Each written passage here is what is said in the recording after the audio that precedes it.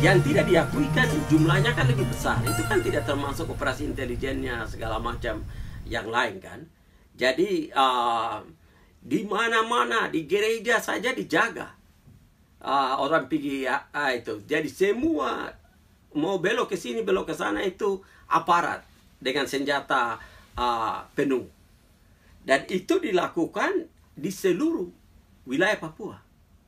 Jadi itu tidak ada waktu zaman 60-an, itu tidak ada. Wars yang kedua itu adalah mereka menciptakan, merekayasa image bahwa ini perang antara orang Indonesia versus orang Papua. Padahal faktanya itu tidak demikian. Itu sebabnya maka misalnya saya tulis di dalam, saya masukkan di saya punya wall tentang di Facebook itu, bahwa pernyataan yang masyarakat bikin, yang kita lawan adalah sistem yang menjajah, bukan orang Indonesia. Nah, kalau dampak dari kasus penghinaan di rasial di Surabaya itu apa terhadap orang Papua sendiri, apa? Ya, jadi sebetulnya apa yang terjadi di ini di dampaknya itu menimbulkan bahwa Indonesia yang kita anggap mereka ini sahabat satu bangsa dan negara ini memang rasis. Mereka ini kita anggap baik-baik saudara, tetapi mereka ini bangsa penjajah. Gitu. Jadi memunculkan, menghidupkan kembali kebangsaan itu. Bahwa kami, we are different. We are not Indonesian. Mereka itu penjajah, kita dijajah. Gitu. Karena juga karena memang fakta bahwa aparat negara itu justru melindungi kelompok radikal dan massa yang menyerang itu. Juga tidak ada perintah langsung dari presiden untuk menyelidiki. Dua mahasiswa terbunuh di Sulawesi dalam demo, kan presiden langsung perintahkan supaya investigasi terhadap anak-anak Papua segala macam. Presiden tidak perintahkan apa-apa. Sesudah ada reaksi yang keras, baru dia omongkan. Itu sudah terlambat. Itu sudah terlambat karena jiwa penjajahan itu sudah dia ekspresikan dengan menganggap remeh apa yang terjadi di Papua itu. Jadi betul-betul peristiwa ini sebetulnya dari sisi perjuangan itu blessing in disguise itu, di mana macam orang-orang yang selama ini bingung antara saya ini Indonesia kah atau bukan, itu baru dia itu, dia baru sadar itu bahwa Indonesia itu penjajah. There's no way kita tidak punya masa depan di dalam NKRI ini gitu. Tapi yang terakhir ini ada aksi kerusuhan yang melibatkan Indonesia dengan orang Papua dengan kelompok yang disebut pendatang. Itu sekarang menjadi hoax di Indonesia. Betul. Bahwa orang Papua menyerang orang Indonesia yang datang, yang tinggal di Papua. Itu gimana klarifikasinya? Iya, jadi kan gini, seluruh riot ini di mana-mana ini kan sebetulnya yang dilihat di permukaan itu kan seperti begitu. Jadi orang Papua menyerang toko, menyerang kantor, membunuh orang-orang Indonesia yang tidak bersalah. Lalu sejumlah wadah perjuangan Papua Merdeka pun senang mengambil kredit. Jadi mereka bertepuk dada bilang, ya betul sudah kita lawan kamu penjajah gitu. Kami tidak. Kamu orang Indonesia sama saja gitu. Jadi beberapa organisasi perjuangan Papua Merdeka itu mengambil kredit. Padahal faktanya tidak demikian. Faktanya adalah yang benar itu aspirasi bahwa kita ini bangsa lain dan kita harus berjuang dan kita harus merdeka, betul. Itu merata. Tetapi bagaimana cara mencapai itu di situ perbedaannya. Ada yang bilang oke, kita perang all out baru bisa paksa Indonesia duduk perundingan. Ada yang bilang Oh, sudah kita bicara di Indonesia, dialog saja itu. Jadi di situ sudah memperlihatkan perbedaan. Kemudian di dalam aksi-aksi yang terjadi juga, yang punya kepentingan itu kan, dan itu sudah terbukti di dalam laporan-laporan yang terjadi di Jayapura, di Manokwari, di Fak-Fak, dan di Wamena, di mana yang demo itu orang lain, yang melakukan kerusakan dan pembunuhan itu orang lain. Jadi pada saat misalnya di Wamena, pada saat anak-anak ini demo keluar, anak-anak SMA kan keluar dari sekolah demo di jalan-jalan itu, anak-anak demo di sini, di pasar orang sudah bakar. Dan kesaksian dari korban di pedagang itu, di dua surat kabar dengan orang yang berbeda, mengakui fakta itu. Mereka dua bilang bahwa yang bakar itu bukan anak-anak. Bukan anak-anak yang bakar. Pada saat mereka ada lalu saya tanya kepada beberapa pemimpin pejuang Papua Merdeka yang dari daerah situ. Saya tanya, pada waktu anak-anak ini lakukan demo, apakah orang-orang tua itu langsung bergerak membackup mereka? Terus saya tanya, dia jawab, tidak, itu anak-anak yang bikin. Anak-anak yang bikin. Artinya, kalau begitu, dia bilang kami sudah kontrol, kita punya orang-orang Papua. Nah, berarti ini yang bakar ini adalah mereka yang bukan bagian dari perjuangan Papua, walaupun orangnya orang Papua yang mereka lihat.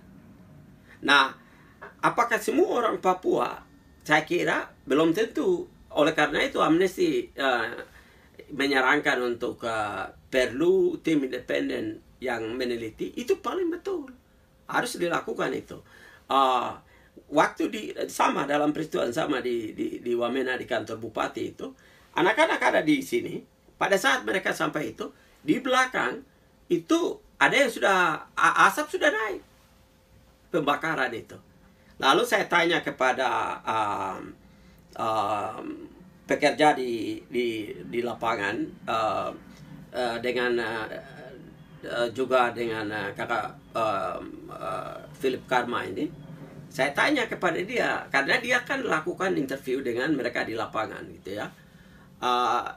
Ya dia cerita fakta itu, fakta bahwa yang bakar itu orang lain, bukan ini. Jadi ini kan menarik bahwa bagaimana anak sekolah yang keluar dari sekolah demo itu bisa punya bensin dan segala macam sudah siap, mengepung pasar, terus bisa bakar seperti begitu. Ini anak-anak sekolah, mereka keluar dari sekolah demonya itu kan. Nah, itu bisa jadi ada elemen orang setempat juga terlibat, iya, dalam arti yang murni perjuangan Papua Merdeka, karena Indonesia menghadapi anak-anak sekolah ini dengan melepaskan tembakan yang beruntun kan. Ini kan kota kecil ini. Jadi begitu tembakan beruntun kan masa keluar itu. Terus ribut, teriak perang, diserbu.